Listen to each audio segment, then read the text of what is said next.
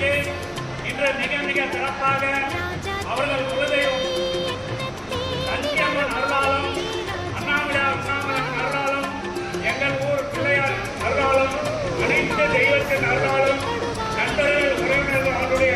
ஆசீர்வாதத்தாலும் மிக சிறப்பாக இன்று திருமண வரவேற்பு நடந்து கொண்டிருக்கிறது.